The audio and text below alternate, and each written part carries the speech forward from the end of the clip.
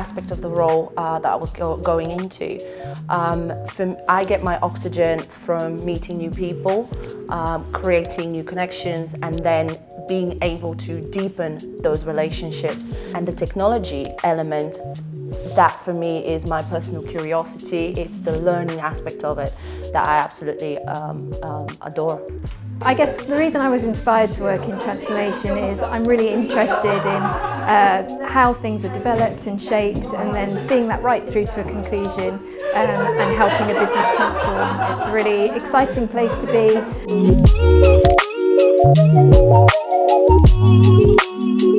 I think we all have, and I think there is still so much work to do as a community, as a society, and I think it's not just about supporting women along the journey of where we want to get to, but I think it's about changing the norm of how it should be, because I think we're a lot about supporting women in their journey, and sometimes we kind of move away from the focus that there is also, as we talked about today, there's a lot of change that needs to happen. So it's not just about the women, it is about the environment in which we exist. I think especially for women my age, when you're speaking to senior men who've got 20, 30 years of over you in terms of experience, they assume that you don't know what they're talking about. And there's this element of surprise almost afterwards of, oh, right, yes, that's exactly right. And it's like, yes, I do know what I'm talking about.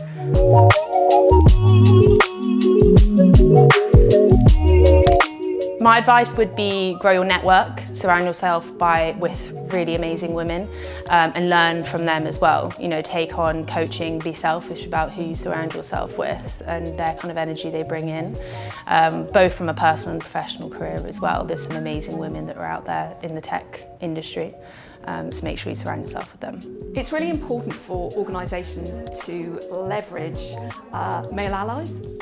So they can amplify women's voices, they can challenge bias when they see it, they can build diverse teams, and they can role model inclusive behaviour. It's really important for women to remember that we don't need to do it on our own.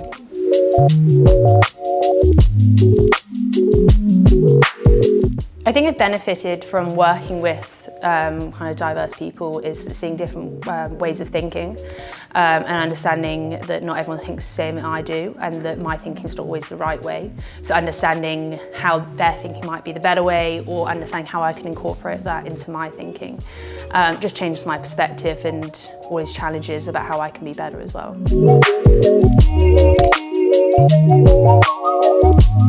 Someone that springs to mind is my form tutor at university, and she was somebody that supported the entire cohort. She'd allowed the cohort to feel safe and vulnerable to ask questions and to be as open as we possibly could, and at the same time we knew that we were with somebody that was at the top of their game. And I think to be able to be so humble and have all that authority and all that knowledge is something that I always want to keep with me. So one of the women I look up to is someone called Lauren Curry. So she is the leader of the Upfront course that I went on back last summer, which is all around kind of promoting women in business, how you can challenge your imposter syndrome, public speaking, things like that. She has this amazing initiative that when people are doing a talk at a conference, she invites women up on stage with her just to sit on a sofa. So you get exposed to those public speaking places that you don't normally get to. My career today, every boss I've had has been female. So I think that has massively influenced my work ethic, my management style. I've been able to take a lot from how they taught me and helped me to grow. And I think someone particular who springs to mind was actually a teacher of mine. So Miss Chana, if you're watching, thank you. Basically, she was my English teacher and my form tutor for 5 years during senior school. And I think I am the person I am today because of the belief she had in me and the way that she taught me to always strive to be the best. I would firstly go with actually my close circle of friends. They are my growth circle. They are all women that I learn from every single time we hang out. I've got working moms in that circle. I've got people that are continuously looking to improve and reach their sort of self-fulfillment. That's my best friend, 100%. Yeah, I've got to recognise my mum, my sister, like most people would, right? Especially recently, that they sacrificed a lot to look after my dad, so really respect what they've done for the family, right? So there's a big shout out to them. And they've made me who I am today, and I've been really lucky in the journey I've had throughout my career, been exposed to some amazing women in every part of life from a business point of view, some amazing sales women, and I've really promoted it. Even in my prior career, one lady managed to get her into a Women in Sales sort of award, and she won when she'd been pretty much suppressed in that previous role with other managers around her. So definitely recognise some amazing women. The list is endless. I'm thinking here about my two young daughters who are 12 and 17.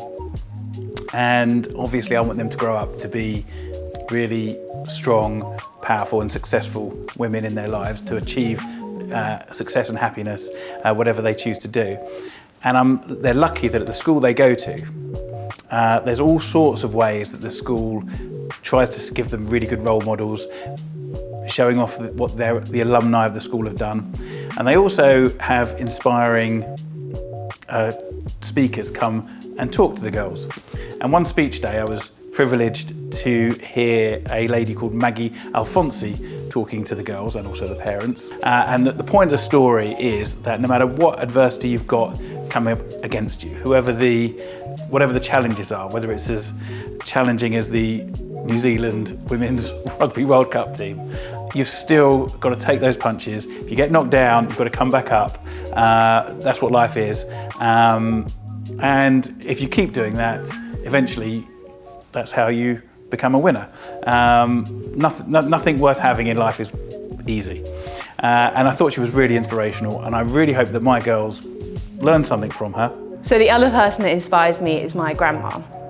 She started her career as a scientist a couple of decades ago now, but it was at a time when not many women were working in STEM. She was working in the lab, surrounded by other males as well. So she really challenged the status quo way before anyone else was.